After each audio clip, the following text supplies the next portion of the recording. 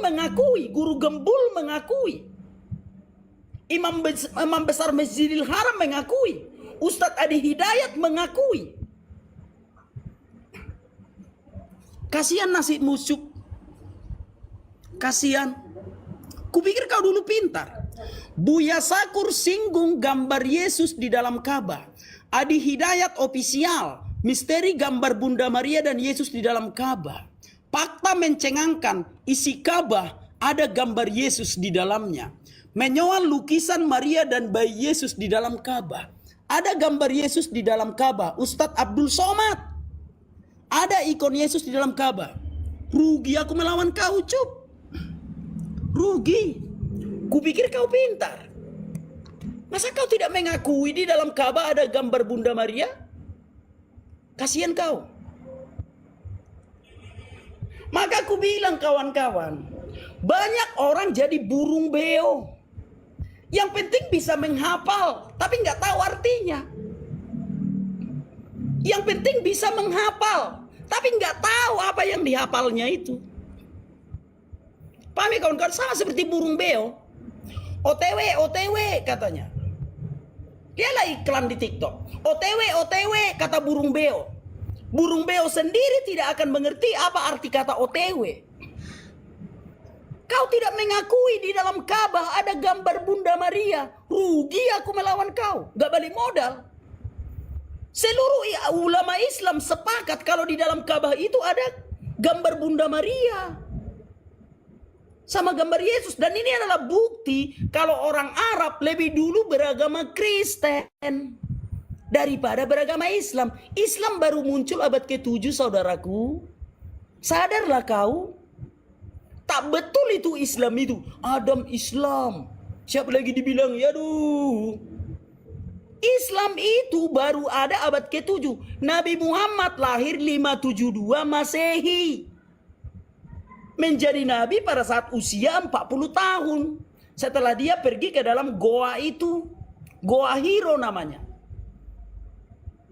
Paham ya? Jadi, ya tapi ya sudahlah kawan-kawan. Bolak-balik menjelaskannya juga capek penonton. Bosan penonton mendengarkan kalau bolak-balik menjelaskannya. Jadi anggaplah kita memiliki adik bungsu.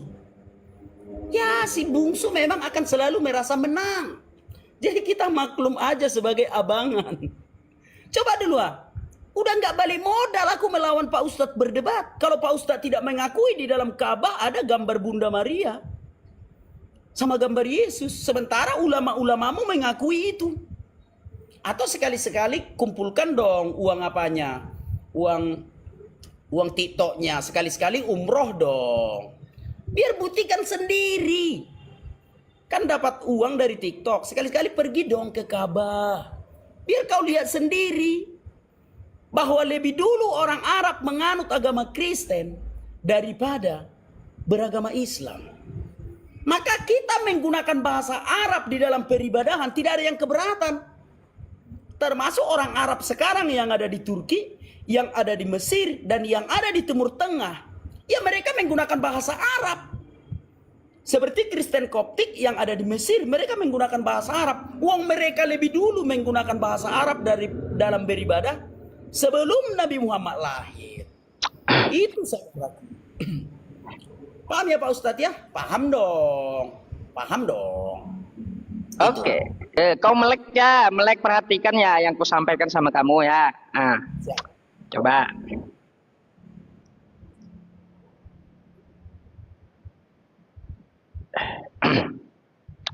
Baik ya, thank you Ruth ya, kau menyinggung. Nah, katanya dapat koin dari TikTok sekali-sekali umroh. Ingat, umroh dan haji adalah cita-citaku. Ya, kalaupun aku ada uang, aku juga pengen umroh ya. Doakan saja aku bisa umroh gitu ya Ruth ya. Syukran jazakallah untuk doanya gitu ya. Bukan jazakallah ya, kalau sama Kristen nggak bisa. Semoga kebaikan menyertaimu. Dah kayak gitu aja. Aku pun pengen umroh dan naik haji, itu adalah cita-citaku ya. Tapi untuk argumentasi ya yang kau ajukan, seluruh ulama Islam sepakat ya.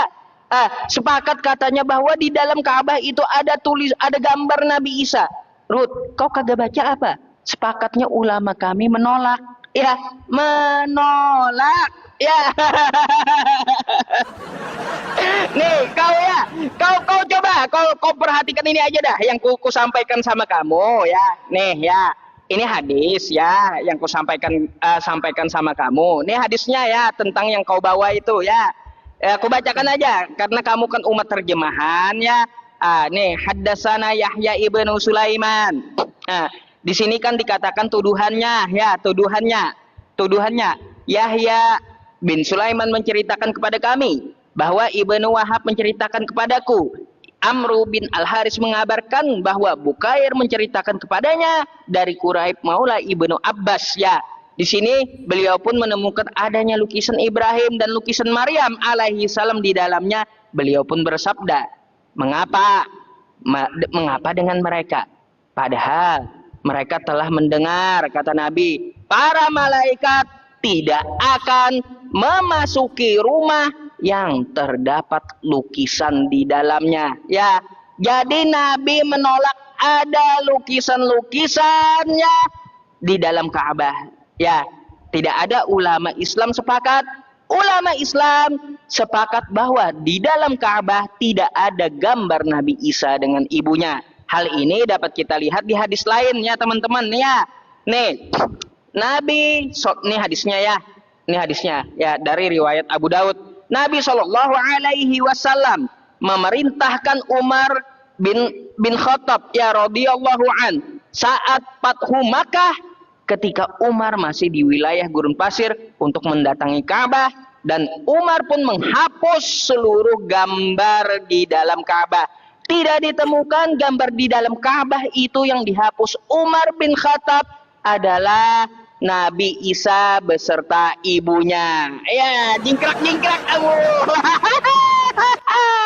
Jadi ya di sini tidak ada disebutkan ya, ulama Islam sepakat bahwa tidak ada gambar Nabi Isa dengan orang tuanya di dalam Ka'bah. Oke? Kita pakai dalil, Rudi pakai asumsi.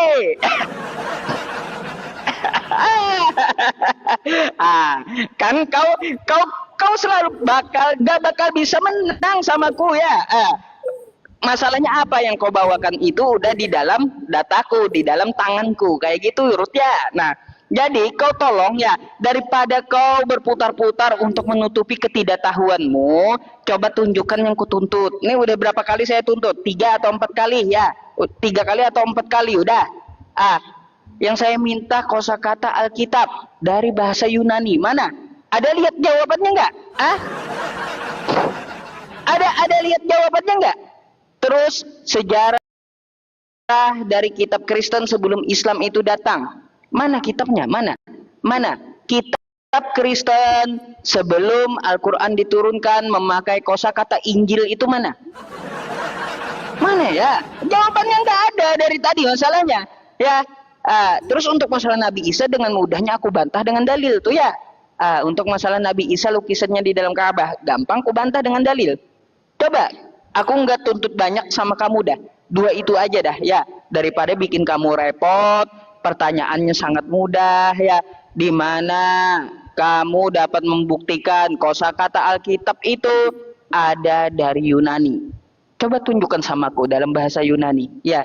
Terus coba kau tunjukkan samaku ya, sebelum Islam datang ya, Kristen Arab sudah memakai kosakata Injil ya. Kutunggu datanya sampai 2 hari sebelum kiamat ya. Tuh. Kalau ada datanya tunjukkan samaku. Kutunggu sampai 2 hari sebelum kiamat. Silakan. Oke. Jadi kawan-kawan, pas yang aku bilang tadi, kau menang koin aja. Kalau lomba banyak koin kau menang. Kau yang tunjukkan datanya barusan dihapus. Kau yang baca datanya dihapus. Kau sendiri loh yang membuka datanya dihapus. Kalau aku udah hafal mati hadis yang kau baca itu. Aku belajar Islam 8 tahun saudaraku. 8 tahun aku belajar Islam. Kau sendiri yang makanya tadi langsung melompat-lompat aku, kesenangan aku. Kau yang baca datanya dihapus. Orang kau yang baca tadi dihapus. Kau loh yang baca. Makanya sampai lompat-lompat aku tadi. Kau baca hadis itu teringat aku. Wow, iya benar pikirku. Kau sendiri loh yang membuktikan kalau di dalam Ka'bah ada gambar Bunda Maria, tapi dihapus. Kau yang bawa datanya tadi. Dihapus berarti pernah ada dong. Apalagi mau kau bantah? Maka aku bilang, lomba banyak koin lah kau menang. Lomba banyak koin aja kau menang. Kalau berdebat kayak mana kau mau berdebat melawan aku? Jelas ya? Kan kau yang baca datanya dihapus. Berarti pernah ada. Kurang apa lagi Pak Ustadz? Ini adalah bukti kalau orang Arab di Mekah lebih dulu beragama Kristen. Kau yang bawa datanya loh tadi. Dihapus. Kalau nggak ada ngapain dihapus? Paham ya saudaraku ya? Jangan nangis Pak Ustadz. 8 tahun aku belajar Islam Pak Ustadz. 8 tahun itu nggak sebentar loh. Maka sampai sekarang polisi tidak bisa menangkap aku. Orang fakta di dalam Ka'bah ada gambar Bunda Maria. Kau buka tadi datanya, dihapus. Kalau nggak ada ngapain dihapus? Apalagi? Apalagi yang perlu kita bahas? Coba dulu, bolak-balik pun ini kita bahas, penonton bosan. Udah jelas-jelas datanya Pak Ustadz bawa, dihapus. Berarti ada dong.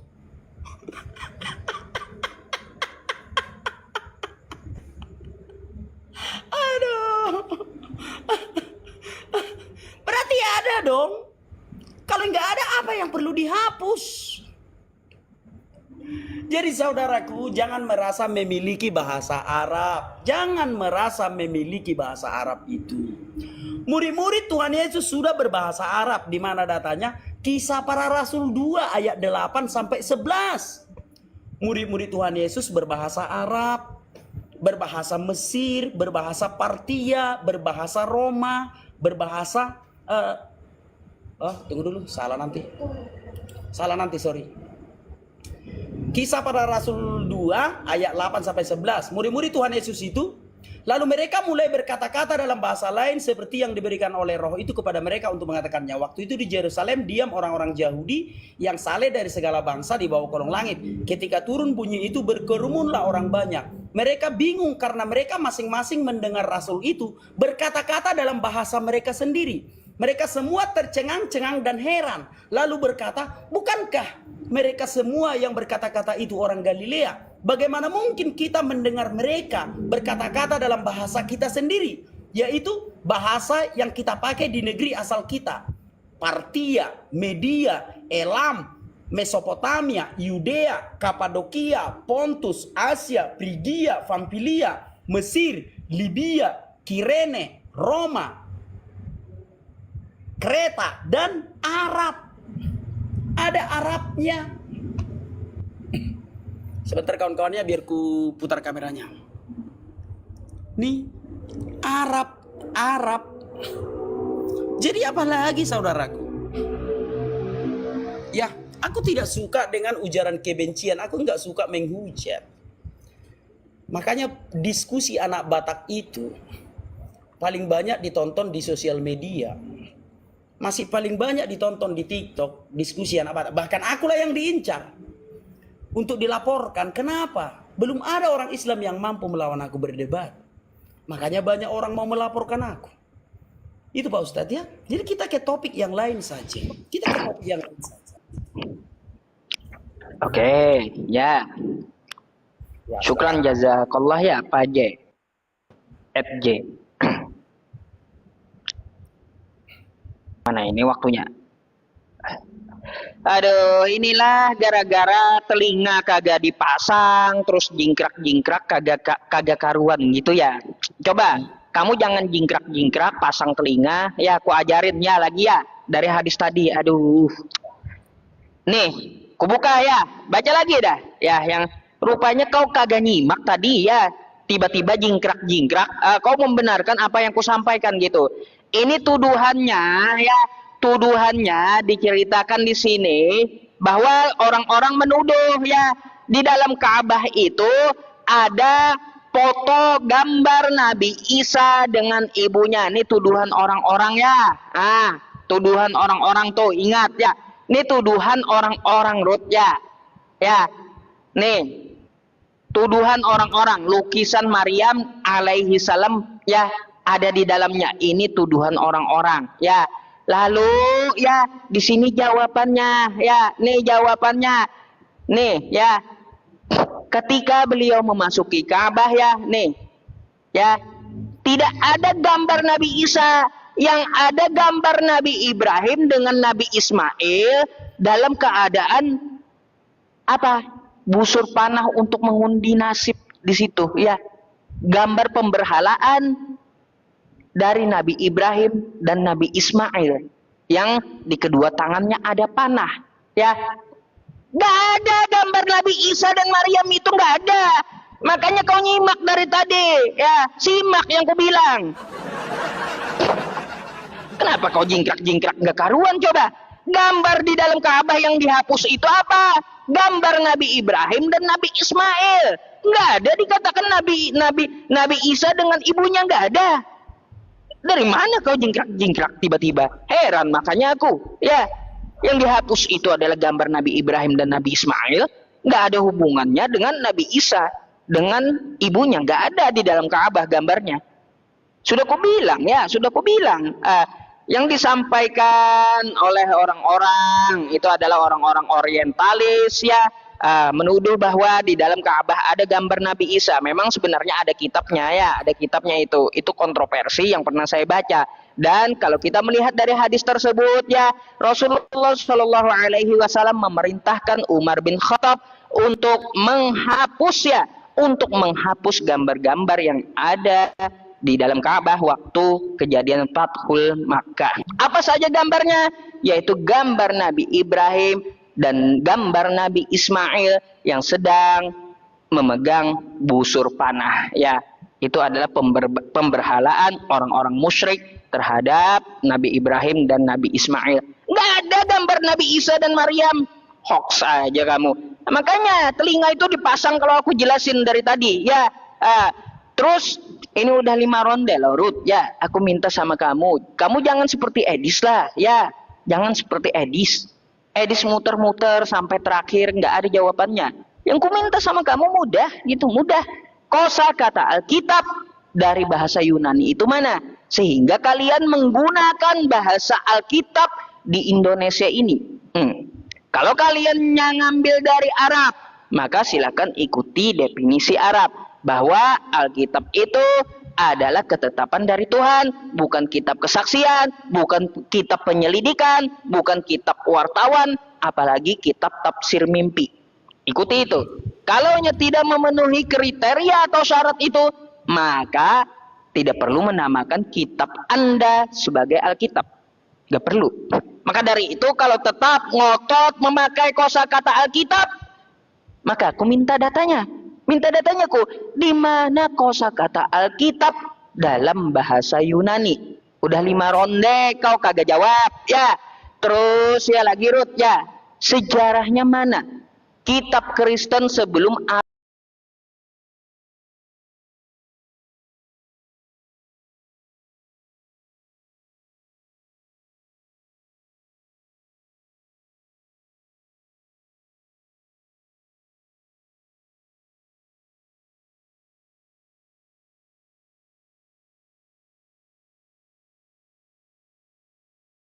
sampai 2 hari sebelum kiamat. Kutunggu itu sama kamu. Ingat ya. Maka dari itu kutuntut lagi kamu. Ya, tolong tunjukkan datanya. Ini udah ronde kelima. Jangan muter-muter. Nggak perlu kau bahas masalah Maria itu, nggak ada. Sudah ku jawab gitu ya. Lebih baik kau jawab apa yang ku permasalahkan. Ya, silakan. Syukron Pak J ya, J. Syukron jazakallah. Oke. Lomba koin aja kau menang. Aku heran ya melihat orang Islam ini. Kalau cocok ke hatinya hadis itu, oh ini sohi. Kalau tak cocok ke hatinya, oh ini maudu. Kalau cocok ke hatinya, dijadikan dalil. Kalau tak cocok, seperti Ustadz barusan, ya menurutku kitab itu kontroversi. Tak cocok ke hatimu, kontroversi. Kalau cocok, pasti kau bilang, wah ini dalilnya, katanya. Coba dulu, udah jelas ada kitabnya. Yang menuliskan bahwa di dalam Ka'bah ada gambar Bunda Maria dan gambar Yesus. Ustadz Buya Sakur, kiai loh. Kiai Buya Sakur mengakui itu. Ustadz Adi Hidayat mengakui itu. Asal cocok ke hatinya, wah benar. Kalau tak cocok ke hatinya, doif. Coba dulu. Di dalam Ka'bah ada gambar Bunda Maria dan gambar Yesus, saudaraku. Ngapain aku berbohong? Coba pikirkan dulu. Udah aku tunjukkan tadi video-video penjelasannya. Buya Sakur mengakui itu dan kitabnya ada, tapi tak cocok ke hatimu, kau bilang maudu. Tak cocok ke hatimu, kau bilang kontroversi. Lalu kau mengatakan tadi, kalau di dalam Ka'bah ada gambar, maka malaikat tidak akan masuk. Itu tadi kau bilang. Kalau di dalam tempat ibadah ada gambar, ada lukisan, kau konfirmasi dulu nanti ya. Kalau di dalam rumah ibadah ada lukisan, kau bilang malaikat tidak akan masuk. Coba jawab dulu. Jawab dulu, biar aja habis waktuku. Benar atau Nggak ada gambar, nggak ada gambar. Ya. Kalau ada gambar di dalam masjid, berarti itu bukan masjid, itu kan? Bukan begitu. Boleh nggak di dalam masjid ada gambar? Jawabannya yang penting gambarnya tidak bernyawa.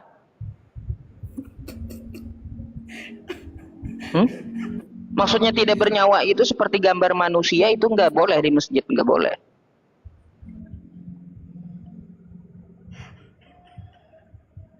Emang ada gambar yang bernyawa?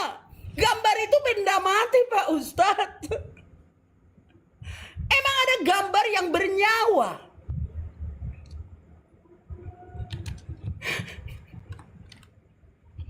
Oke, gambar manusia nggak boleh. Awas kau ditangkap Presiden Turki kau.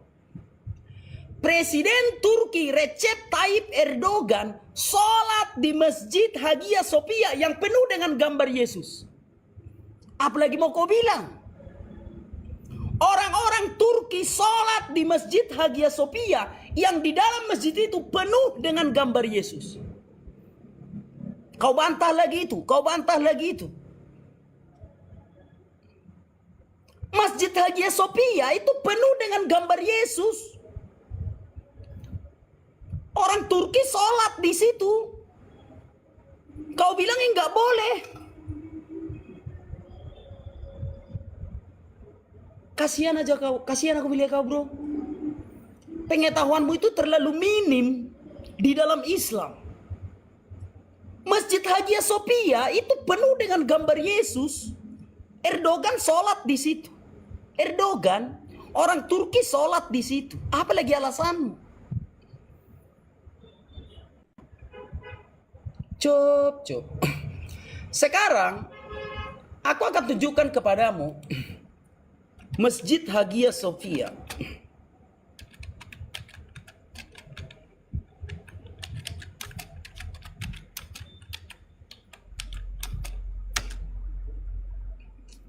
Nah, keluar ini. Sampai takut aku menampilkannya. Di Masjid Hagia Sophia itu penuh dengan gambar Yesus. Sampai takut aku menampilkan ini ya. Ini isi Masjid Hagia Sophia.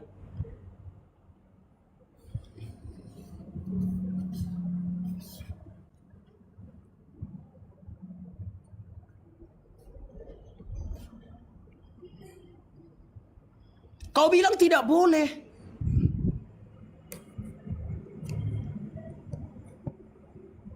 Gitu ya. Tapi nggak usah terlalu kubongkar lah semua. Nanti jadi demo kalian. Nggak usah terlalu kubongkar semua ya. Nggak usah lah kubongkar semua. Nggak usah. Oke. Kemana Pak Ustadz? Masih kita lanjut? Loh. Oh lanjut. Masih panjang. Oke, masih panjang. Oke, silakan. Kenapa takut? Udah malu gitu? Bukan justru aku menikmati. Ruth, yang ku minta sama kamu tunjukkan data Alkitab dalam bahasa Yunani, kosakata Alkitab dalam bahasa Yunani. Yang kau tampilkan malah masjid, nggak nyambung ya. Tolong kamu tunjukkan data. Ya, yang ku minta itu data dalam bahasa Yunani, kosakata Alkitab. Lalu kau tunjukkan masjid. Aku tidak minta masjid, tidak. Minta data di mana di dalam kitab kamu itu bahasa aslinya dari Yunani disebut Alkitab. Ya, itu yang ku minta. Ngapain kamu nunjukin masjid? Ya, kalau masalah kontroversi tadi kan sudah ku jawab ya. Ditimbulkan oleh Buya Syakur. Kata kamu dipermasalahkan oleh orientalis ya. Itu sudah aku jawab ya. Jadi kalau sudah terjawab itu ya, karena kamu menahan malu, aku paham gitu, masih ingin memframing ya. Lebih baik tugas atau PR kamu yang dua ku minta ya. Pertama kau cari dalam bahasa Yunani kosakata Alkitab ya. Terus di mana sejarah Kristen menggunakan kosakata Injil sebelum Islam itu datang. Tunjukkan itu, dua PR kamu udah 6 ronde nggak ada jawabannya. Itu yang ku minta. Kamu malah nampilin masjid. Gak nyambung. Kau tanya sama aku, di dalam masjid apakah boleh ada gambar? Ya, ku bilang gambar yang bernyawa. Ya, yang bernyawa nggak boleh. Yang maksudnya bernyawa, contoh gambar manusia. Ya, nggak boleh kayak gitu. Nah, itu maksudnya. Kamu malah mikirnya mana ada gambar bernyawa katanya, kan udah nggak nyambung. Udah tahu gambar itu benda mati. Yang ku maksud bernyawa itu adalah gambar yang seperti manusia, ya. Terus seperti hewan, seperti babi. Maksudku kayak gitu, nggak boleh ada di masjid kayak gitu, ya. Bukan gambarnya yang hidup gerak-gerak Ruth. Astagfirullah. Inilah harus susah ya teman-teman. Aneh. Coba daripada kau muter-muter nahan malu untuk menutupi ya ketidakmampuan kamu menunjukkan, lebih baik kau akui saja di Yunani kagak ada kosakata Alkitab. Betul, Kristen Indonesia ya nyolong dari kosakata Quran. Akui aja. Kenapa? Nggak ada bantahannya. Jadi betul apa yang kusampaikan. Selama ini Kristen di Indonesia mengambil dan menamakan kitab mereka dari nama lain Al-Quran, yaitu Alkitab. Maka dari itu, ini kita tuntut untuk dihapuskan di Indonesia. Ya, kalau di Yunani bahasanya itu Biblos, silahkan Anda pakai kosakata bahasa Biblos. Umat Islam tidak akan protes. Ya, kalau Biblos itu adalah buku-buku, kumpulan buku-buku, lalu dipakai oleh pihak Kristen menamakan kitab mereka Biblos atau Gospel atau Bible, umat Islam kagak ambil pusing. Ya, yang penting jangan Alkitab, jangan nama lain dari Al-Quran. Karena kosakata Alkitab itu muncul setelah Al-Quran diturunkan. Zalikal kitabul la raiba fi hudal lil muttaqin. Zalika Alkitab. Al-Quran ini, Alkitab ini, Al-Quran ini, Alkitab ini. Ya, nama lain dari Quran. Quran surah Al-Baqarah ayat 2. Ya. Nah, lalu kau klaim bahwa sebelum Islam datang, Arab Kristen udah ada menggunakan kosakata tersebut. Mana tunjukkan sama aku, mana? Datanya mana? Sejarahnya mana? Atau dari artikel apa? Bahwa Kristen sebelum Arab datang, ya, sebelum Islam datang, sudah menggunakan kosakata Injil. Kemana-mana. Jadi lebih baik kau kerjakan PR kau dua, ya, yang ku minta. Jangan dulu putar sana putar sini untuk menutupi atau menahan malu kamu. Jangan kayak gitu, ya. Coba kau jawab dulu, karena orang bisa menilai, baik dari Kristen maupun Islam itu bisa menilai gitu, ya. Jadi saya harus kejar dulu. Kalau tidak ada jawabannya berarti betul, ya, selama ini tuntutan umat Islam hapus kosakata istilah Islam di dalam keagamaan Anda. Silakan. Oh, syukron jazakallah Bapak, ya. Apa itu? Oke. Cumi-cumi. Iya, seperti ku bilang itu, kalau lomba banyak-banyakan koin, kau bisa menang. Tapi kalau untuk berdebat, jauh. Baik, sekarang kutunjukkan datanya. Murid-murid Tuhan Yesus sudah berbahasa Arab. Ingat itu, ya. Murid-murid Tuhan Yesus sudah berbahasa Arab 500 tahun sebelum Nabi Muhammad lahir. Di mana datanya? Kisah Para Rasul 2 ayat 8 sampai 11. Ya, bahwa murid-murid Tuhan Yesus berbahasa Arab. Udah bolak-balik kutunjukkan datanya sama kau, tapi kau terlalu banyak mungkin memakan ikan asin. Arab, ini murid-murid Tuhan Yesus menggunakan bahasa Mesopotamia, Yudea, bahasa Mesir, bahasa Pirgia, bahasa Arab. Kisah Para Rasul 2 ayat 8 dan 11. Maka ketika Profesor Islam datang ke Lembaga Alkitab Indonesia untuk menuntut penggunaan kosakata-kosakata Arab, pulang seperti ayam sayur. Karena semua data-data lengkap, saudaraku, ya. Semoga kau paham. Sekarang begini, bolak-balik pun ku jawab, kau tidak mengakui, Pak Ustadz, bahwa aku sudah menjawab bahwa murid-murid Tuhan Yesus sudah menggunakan bahasa Arab. Sekarang kita sudah ke 7 ronde. Kau bertanya tentang Kristen dan selalu ku jawab. Bagaimana kalau aku bertanya tentang Islam? Ya, saudara-saudaraku penonton, jangan demo kalian. Inilah di demo puang aku. Halal darah anak Batak katanya, padahal aku berdebat. Benar kan? 7 ronde kau bertanya tentang Kristen, kulayani. Mana datanya? Kenapa orang Kristen menggunakan bahasa Arab? Ku jawab. Murid-murid Tuhan Yesus sudah menggunakan bahasa Arab. Mana datanya? Kisah Para Rasul 2 ayat 8 sampai 11. Kan udah ada datanya, Pak Ustaz. Matikan mic-nya, Pak Ustaz. Markorok-korok. Matikan dulu mic, Pak Ustaz. Biar jangan markorok-korok. Udah ku jawab. Belum. Kisah Para Rasul 2 ayat 8 sampai 11. Murid-murid Tuhan Yesus berbahasa Arab. Itu datanya. Apalagi yang mau kau tanya? Itu datanya bahwa murid-murid Tuhan Yesus berbahasa Arab. Kisah Para Rasul 2 ayat 8 sampai 11.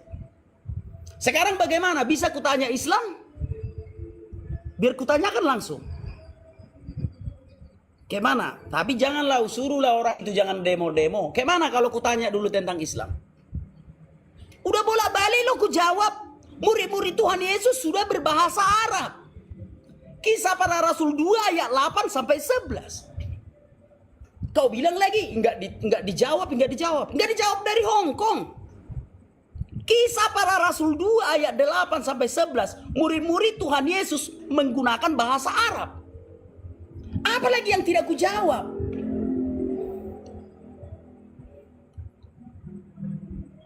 Apalagi yang mau kujawab, Pak Ustadz? Itu datanya murid-murid Tuhan Yesus sudah menggunakan bahasa Arab 500 tahun sebelum Nabi Muhammad lahir. Mana datanya? Kisah Para Rasul 2 ayat 8 sampai 11. Apalagi yang kurang?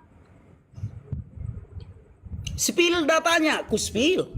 Tapi izinkan aku habis ini bertanya tentang Islam, ya. 1,5 menit coba.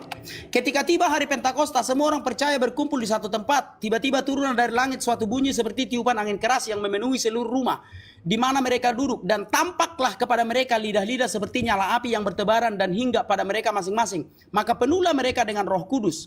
Lalu mereka mulai berkata-kata dalam bahasa-bahasa lain seperti yang diberikan oleh Roh itu kepada mereka untuk mengatakannya. Waktu itu di Yerusalem diam orang-orang Yahudi yang saleh dari segala bangsa, segala kolong langit. Ketika turun bunyi itu, berkerumunlah orang banyak. Mereka bingung karena mereka masing-masing mendengar rasul-rasul itu berkata-kata dalam bahasa mereka sendiri. Mereka semua tercengang-cengang dan heran, lalu berkata, bukankah semua mereka itu orang Galilea? Mereka bingung dan berkata dalam bahasa mereka sendiri. Mengapa mereka semua tercengang-cengang dan heran, lalu berkata, bukankah mereka semua yang berkata-kata itu orang Galilea? Bagaimana mungkin kita masing-masing mendengar mereka berkata-kata dalam bahasa kita sendiri, yaitu bahasa yang kita pakai di negeri asal kita? Kita orang Partia, Media, Elam, Mesopotamia, Yudea, Kapadokia, Pontus, Asia, Frigia, Pamfilia, Mesir, Libya, Roma, Kreta, dan Arab. Pakai, makanya Pak Ustadz sering makan sayur. Arab. Apalagi Pak Ustadz? Kemana? Bisa kutanya tentang Islam? Bisa kutanya tentang Islam dulu, gantian dulu kita bertanya? Nah, boleh kau nanya, langsung aja nanya. Bukan gini loh Pak Ustadz, ya. Gak apa-apa, nanti di waktu kamu nanya aja dah habis ini. Ya, konfirmasi. Karena nggak ada jawabannya juga. Ya, karena tetap itu jawabanku Pak Ustadz. Tetap itu jawabanku. Sampai 10 ronde pun Pak Ustadz menanyakan itu. Tetap itu jawabanku gitu loh. Oke, kau terima dulu. Nanti kau silakan nanya di waktumu ya. Jadi beginilah gejala awal kurang gizi ya teman-teman. Gejala awal kurang gizi. Saya bilang seperti itu. Ruth, banyak makanan yang bergizi, jangan terlalu banyak makan babi, Ruth. Nah, kenapa aku bilang begitu? Karena babi itu akan membekukan otak kamu sehingga mencerna pertanyaanku pun tidak bisa gitu. Aku tidak minta tunjukkan sama kamu murid Yesus berbahasa Arab, kagak. Yang ku minta itu teks Yunani, tapi kosakatanya Alkitab, ya. Mana teks Yunani, kosakatanya Alkitab. Itu yang kutanya. Ya. Yang kutanya itu adalah di mana dalam bahasa Yunani, ya.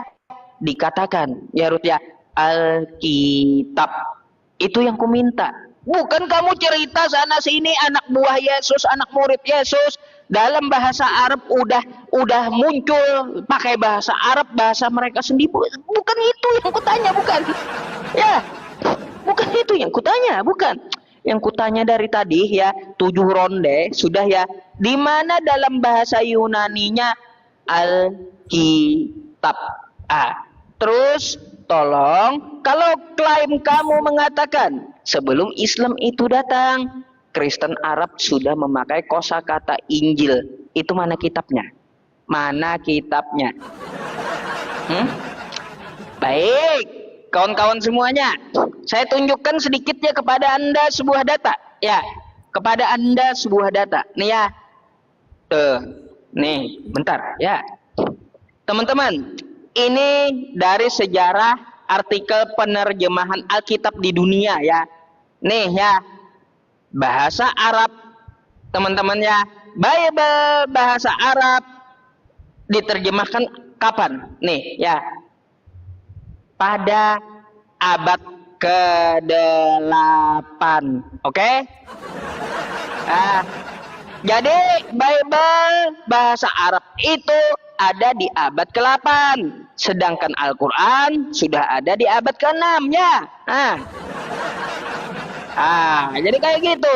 Jadi kalau klaimnya bahwa Kristen Arab sudah menggunakan kosakata Injil, mana kitabnya? Mana datanya? Coba tunjukkan samaku. Ya, tunjukkan samaku. Itu yang ku minta, ya. Bukan cerita sana sini, bukan. Yang ku minta itu Ruth ya. Coba, Susah kali ya aku bilang sama kamu. Makanya kurang-kurangilah makan babi itu ya. Biar, aduh, biar ini biar nggak beku gitu loh. Darah ke kepala itu biar nggak beku. Pertanyaanku sekali lagi ya. Sekali lagi yang kutanyakan, di mana bahasa aslinya dari Yunani? Ya, kosakata Alkitab. Menurut klaim kamu, Arab Kristen sudah menggunakan kosakata Injil. Mana kitabnya dan mana datanya? Di mana Kristen Arab dulu menggunakan kosakata Allah, Injil, Alkitab, Rasul? Itu mana? Mana kitabnya? Mana datanya? Ya, makanya kutanya ayam, kau jawab bebek. Ini ya teman-teman, situs dari Kristen sendiri yang tulis ya. Kristen sendiri yang tulis sejarah dari artikel penerjemahan Alkitab di dunia. Ini situs milik Kristen dan situs Kristen jujur bahwa Bible dalam bahasa Arab muncul di abad ke-8. Apakah saya lebih percaya Rudi atau lebih percaya orang-orang yang ahli di bidangnya dalam meneliti sejarah keagamaan di Timur Tengah, khususnya di Arab? Pasti saya lebih percaya kepada ilmuwan yang meneliti bahwa Bible ada di abad ke-8. Bisa dibantah? Coba tunjukkan kalau mau bantahannya kepadaku ya. Kalau kamu mau tunjukkan bantahan kepadaku, tunjukkan Bible yang di abad ke-1 atau Bible yang di abad ke-2, 3, atau 4. Bahwa Kristen Arab sudah menggunakan kosakata Alkitab. Dan tolong tunjukkan dalam bahasa Yunani. Ingat, bahasa Yunani yang kuminta, kosakata Alkitab. Itu terus kau akan kukejar itu sampai kau jungkir balik pun ya. Kalau kamu ya tidak ada jawabannya, silakan kamu akui saja gitu ya. Beres. Oke? Nah, kita dengarkan lagi gimana dia muter. Siap. Kawan-kawan, coba kalian dengar dulu pertanyaannya. Tunjukkan di dalam bahasa Yunani kosakata Alkitab. Ya nggak ada. Alkitab itu bukan bahasa Yunani. Sama seperti tunjukkan di dalam bahasa Indonesia kosakata ora eneng. Ya nggak ada. Karena ora eneng itu bahasa Jawa. Coba dulu begitu dungunya cara berpikirnya coba. Alkitab itu kosakata Arab, tidak akan ada dalam bahasa Yunani. Wong bahasanya beda. Begitu dungunya cara berpikirnya. Tunjukkan kosakata Alkitab dalam bahasa Yunani. Ya nggak ada, wong beda bahasa. Sama halnya, tunjukkan dalam bahasa Indonesia kosakata ora eneng. Ya nggak ada. Ora eneng itu bahasa Jawa, bukan bahasa Indonesia. Begitu dungunya cara berpikirnya. Makanya sampai manortor aku tadi mendengar pertanyaannya. Kau menanyakan kosakata Alkitab dalam bahasa Yunani. Ya nggak ada. Wong bahasanya nggak sama. Kau tunjukkan dalam bahasa Indonesia kosakata ora eneng. Nggak ada juga. Wong bahasanya beda. Begitu dungunya pertanyaannya kawan-kawan. Kau tunjukkan dalam bahasa Inggris kosakata terima kasih. Enggak ada. Yang ada thank you. Wong bahasanya berbeda. Begini Ustadz. Pertanyaan seperti ini. Tunjukkan dalam bahasa Yunani kosakata Alkitab. Ya enggak ada. Wong bahasanya beda. Tunjukkan dalam bahasa Inggris kosakata terima kasih. Ya enggak ada. Wong bahasanya beda. Tunjukkan dalam bahasa Indonesia kosakata ora eneng. Ya enggak ada. Wong ora eneng bahasa Jawa. Ustadz seperti ini. Aduh. Coba dulu.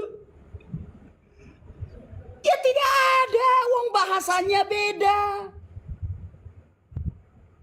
Tunjukkan dalam bahasa Batak kosakata sie-sie. Ya enggak ada. Wong sie-sie bahasa Cina, bukan bahasa Batak.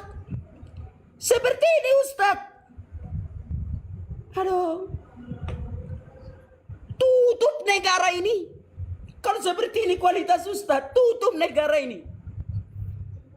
Tunjukkan dalam kosakata Yunani Alkitab yang nggak ada orang bahasanya berbeda.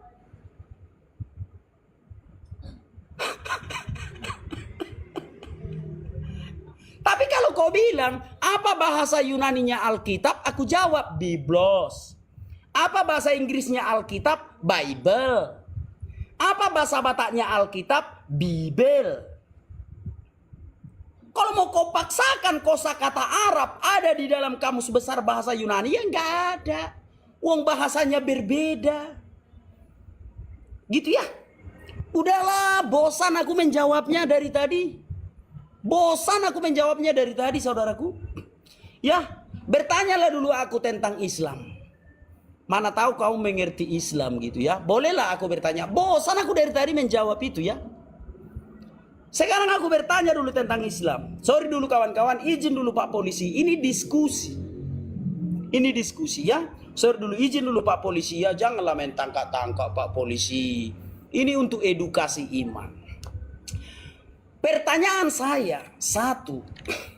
Apapun jawabanmu, itulah yang benar. Sekali lagi ya. Aku bertanya kepadamu tentang Islam. Apapun jawabanmu, itulah yang benar. Sudah? Pertanyaan saya adalah, bagaimana cara berpikir kita sehingga kita percaya orang yang pulang bertapa dari dalam goa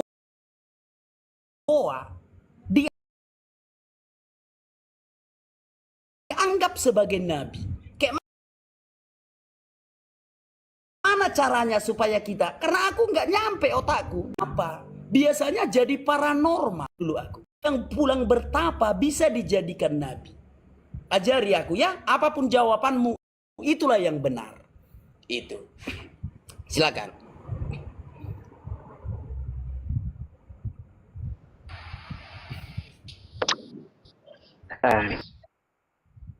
Ya teman-teman.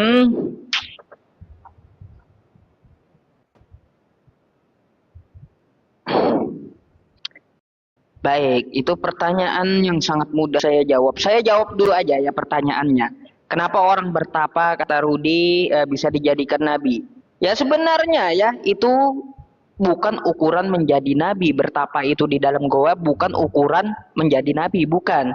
Masa nanti saya bilang juga, kenapa orang yang baru turun gunung dikatakan jadi nabi? Kan kayak gitu. Nabi Musa turun dari gunung dikatakan kok jadi nabi? Itu bukan ukuran kayak gitu ya. Terus Nabi Isa, apa ukurannya dia jadi nabi? Kayak gitu maunya. Apakah seperti itu? Itu bukan ukuran,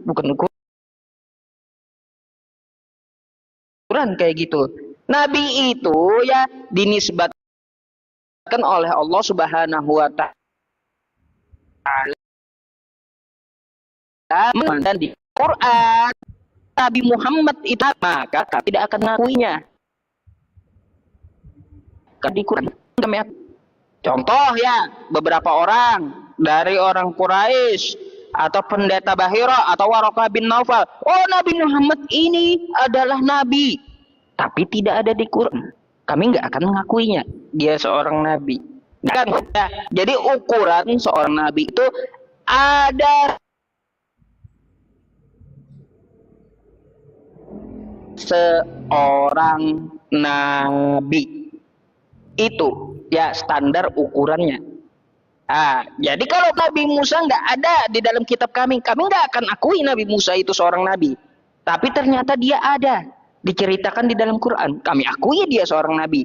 Ya, Nabi Isa ya diceritakan di dalam Quran, kami akui seorang nabi. Lalu apakah ada anak Batak atau Rudi Simamora di dalam Quran? Nggak ada. Nggak bakalan kamu akui nabi. Nggak bakalan kayak gitu kan? Makanya Rutya mikirnya ke situ ya. Nggak ada anak Batak di Quran, berarti dia tidak bisa diakui sebagai nabi. Kayak gitu dah. Itu pertanyaan mudah banget itu ya. Nah Rut ya, Sejak dari tadi kamu 7 ronde baru mengakui tidak ada, ya. Nah, kenapa nggak dari awal gitu loh? Kenapa nggak dari awal 7 ronde dulu kamu muter-muter baru ngakuin? Kenapa nggak dari awal bilang? Artinya kan kalau nggak ada dalam bahasa Yunaninya, betul, penamaan Alkitab di Indonesia tidak berdasar. Ya, kau akui sendiri, terima kasih banyak itu Ruta. Terima kasih banyak. Terima kasih banyak kau akui. Ya sudah, berarti pengambilan kosakata di Indonesia penamaan Alkitab itu tidak berdasar karena tidak ada dari bahasa Yunaninya. Ya, lalu kau bilang, ya, apa sih bahasa Yunaninya Alkitab itu? Biblos. Itu dari mana? Biblos itu kumpulan buku-buku. Sedangkan Alkitab itu adalah sebuah buku, satu-satunya buku, bukan kumpulan buku, bukan. Udah beda kamu nggak paham bahasa sih, ya, nggak paham bahasa, makanya kurang-kurangin lah makan babi gitu ya. Biar nggak beku otak darah ke otak itu. Biblos itu kumpulan buku-buku. Alkitab satu-satunya buku. Cuma satu buku, satu-satunya, ya, satu-satunya itu Alkitab, ya. Nah, kalau Biblos itu kumpulan buku-buku. Jadi Biblos bukan Alkitab. Kalau mau memaksa ke Arab juga, ya, Biblos itu bahasa Arabnya adalah kutubun, bukan Alkitab. Kutubun bahasanya. Jadi silakan kau kalau mau ambil, oh ini sama dengan Biblos kami bahasa Yunani di Indonesia, maka namakan kutubun, namakan aja kutubun kayak gitu. Ya, namakan aja di Indonesia kutubun, jangan Alkitab. Udah beda pengertiannya. Maka dari itu Rut, kenapa nggak diakui dari awal gitu loh. Berarti memang ya apa yang kita permasalahkan saat ini diakui Rudi Simamora bahwa memang dalam perdebatan ini adalah Kristen mengambil istilah Islam tanpa dasar dan sudah diakui Rudi tidak ada kosakata Allah karena beda bahasa katanya. Kalau kita kan di Islam membawa kosakata Allah di Indonesia ada dasarnya karena ada di Quran gitu ya. Rudi membawa kosakata Allah dari mana dasarnya? Gak ada di Yunaninya. Kan kayak gitu. Dah, silakan tanggapi. Ya. Sudah. Aku tidak akan menanggapi lagi soal pertanyaanmu itu karena sudah 7 ronde kita bahas itu. Sekarang kita membahas Islam saja. Nggak usah campur-campur, gitu ya. Udah aku jawab semua itu tadi. Dan aku minta izin tadi sama kau bisa membahas Islam, kau bilang bisa. Sudah, nggak usah ku jawab lagi. Udah 7 ronde itu ku jawab soal itu ya. Nah, entah apa tadi yang kau jawab, nggak tahu aku. Mungkin penonton tahu apa yang kau jawab. Aku bilang tadi, bagaimana mungkin kita percaya orang yang pulang bertapa jadi nabi? Itu pertanyaanku. Lalu kau bilang ukuran jadi nabi itu bukan pertapa. Aku nggak mengatakan apa ukuran jadi nabi. Aku tidak menanyakan apa standarisasi orang jadi nabi. Yang saya tanyakan adalah orang yang bertapa di dalam goa, pulang dari goa kok bisa dipercayai jadi nabi? Itu yang kutanya. Harusnya orang pulang bertapa itu jadi paranormal. Harusnya orang pulang bertapa dari goa jadi ya dukun santet lah. Nah kok bisa jadi nabi gitu loh saudaraku? Itu yang kutanya. Paham ya? Bukan standarisasi nabi, bukan. Oh nabi itu ada standarisasinya. Enggak, itu yang kutanya. Orang yang pulang bertapa dari dalam goa kok bisa dipercayai jadi nabi? Apa dasarnya? Gitu ya? Apa dasarnya? Biasanya orang pulang bertapa jadi dukun santet atau jadi paranormal. Nah kenapa orang pulang bertapa kalian percayai jadi nabi? Itu yang kutanya. Apa alasannya? Biar belajar dulu aku. Karena sampai saat ini nggak diterima akalku. Seorang nabi itu bertapa. Nggak diterima akalku, Puang. Apalagi bertapa di dalam goa. Nggak diterima akalku itu sampai sekarang. Masa Nabi bertapa di dalam goa?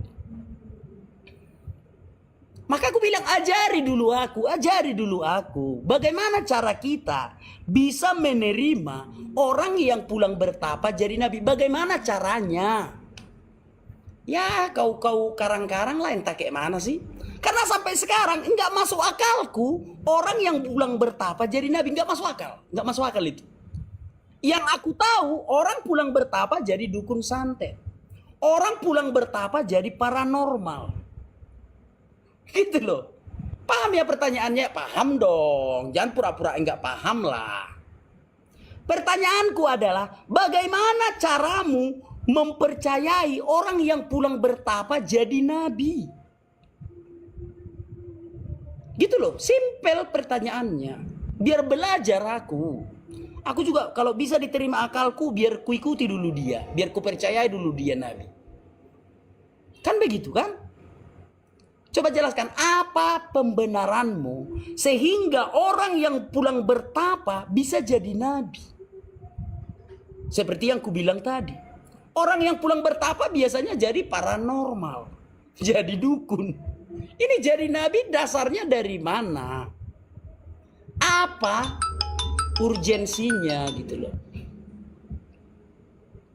Gitu saudaraku ya. Apa urgensinya? Jadi jawablah, jangan dikira orang, anak Batak menghujat. Nah, bertanya pun menghujat, udah repot lah. Repot kawan-kawan. Kalau bertanya pun dianggap menghujat, ya repot.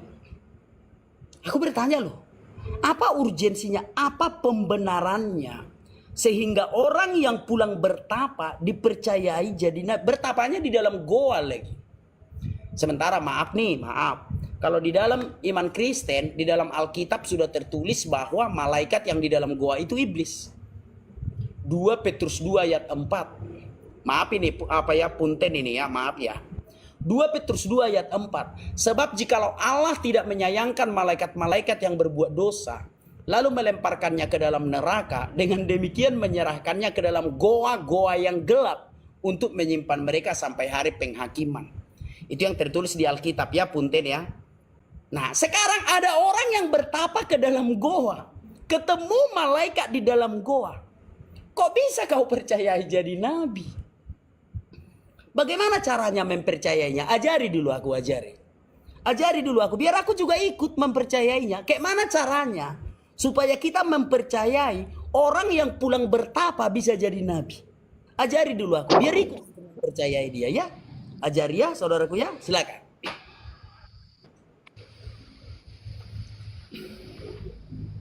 Oke.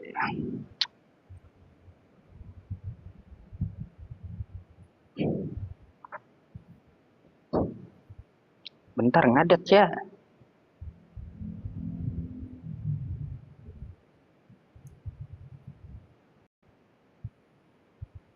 Ngadet bentar. Oke. Oke, Ruth. Aku akan jawab dulu ya teman-teman tentang pertanyaan Rudi. Gimana caranya orang bertapa keluar dari goa dipercayai jadi nabi? Seharusnya jadi dukun ya.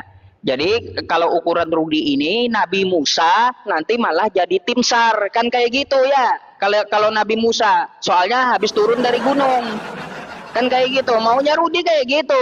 Gak cocok Nabi Musa itu jadi nabi. Karena apa? Karena Nabi Musa baru turun dari gunung. Gak cocok dia jadi nabi. Seharusnya dia jadi tim SAR. Maunya Rudi kayak gitu ya. Tuh ya. Terus Ruth ya. Aku tadi sudah jelaskan berdasarkan dalil. Karena ada pengakuannya dari Al-Quran ya. Karena ada dalilnya dari Al-Quran. Itu ukuran kami ya. Mengakui seseorang menjadi nabi. Ada firman dari Tuhan ya. Bahwa dia seorang nabi. Itu ukurannya ya. Mau dia dari keluar dari goa, terus turun dari gunung kayak ya, itu ukurannya kayak gitu ya. Jangan kau bilang gimana nih kita percayai seharusnya keluar dari goa ini jadi dukun, bukan jadi nabi. Nanti kau bilang Nabi Musa gak cocok jadi nabi, lebih baik jadi tim SAR. Ya, kan kayak gitu. Ruth, kamu saja dapat berpikir itu ya, dapat berpikir ya. Kata kamu orang yang keluar dari dalam gua dijadikan nabi kok bisa? Ruth, seharusnya kamu mikir, ya, kamu mikir, kok bisa orang yang keluar dari gua perempuan,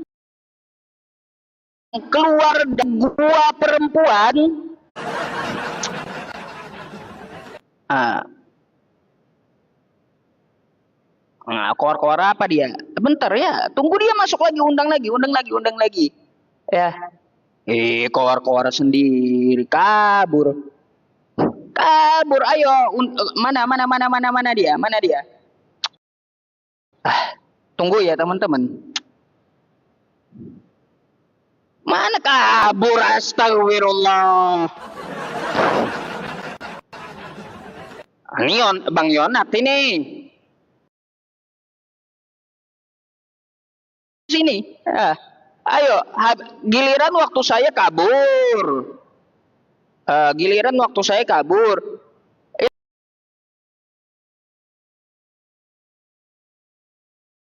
Katanya, gimana kamu percayai orang yang keluar dari gua itu bisa jadi nabi? Lah, gimana kamu percayai orang yang keluar dari gua perempuan bisa jadi Tuhan? Ditanya itu langsung kena mental, langsung hilang. Mau macam mana? Coba. Kan kayak gitu ya. Betul nggak? Gimana caranya? Katanya orang keluar dari gua dipercayai jadi nabi. Ya, makanya gimana caranya orang yang keluar dari gua perempuan kamu jadikan Tuhan? Itu kayak gimana?